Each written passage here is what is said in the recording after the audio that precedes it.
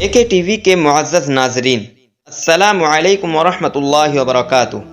ایک بادشاہ نے اعلان کیا کہ جو شخص جھوٹ بولتے ہوئے پکڑا گیا اس کو 5 دینار جرمانہ ہوگا۔ لوگ ایک دوسرے کے سامنے بھی ڈرنے لگے کہ اگر جھوٹ بولتے ہوئے پکڑے گئے تو جرمانہ نہ ہو جائے۔ ادھر بادشاہ اور وزیر بھیس بدل کر شہر میں گھومنے لگے۔ جب تھک گئے تو آرام کرنے کی غرض سے ایک تاجر کے پاس ٹھہرے۔ اس نے دونوں کو چائے پلائی۔ بادشاہ نے تاجر سے پوچھا، تمہاری عمر کتنی ہے؟ تاجر نے کہا 20 سال۔ تمہارے پاس دولت کتنی ہے؟ تاجر نے کہا 70,000 دینار۔ بادشاہ نے پوچھا، تمہارے بچے ہیں؟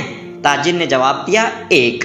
واپس آ کر انہوں نے سرکاری دفتر میں تاجر کے کوائف اور جائیداد کی پڑتال کی تو اس کے بیان سے مختلف تھی۔ بادشاہ نے تاجر کو دربار میں طلب کیا اور وہی 3 سوالات دہرائے۔ تاجر نے وہی جوابات دیے۔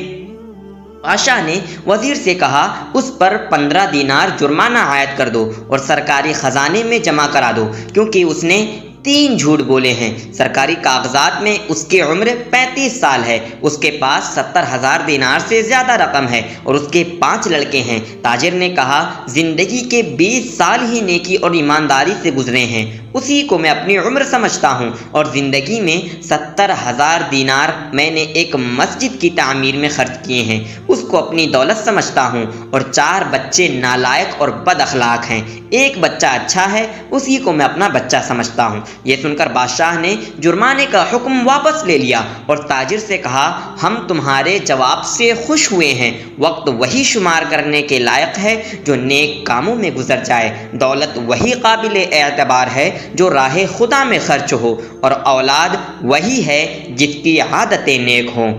اللہ تعالی ہم سب کو نیک عمل کرنے کی توفیق عطا فرمائے، آمین۔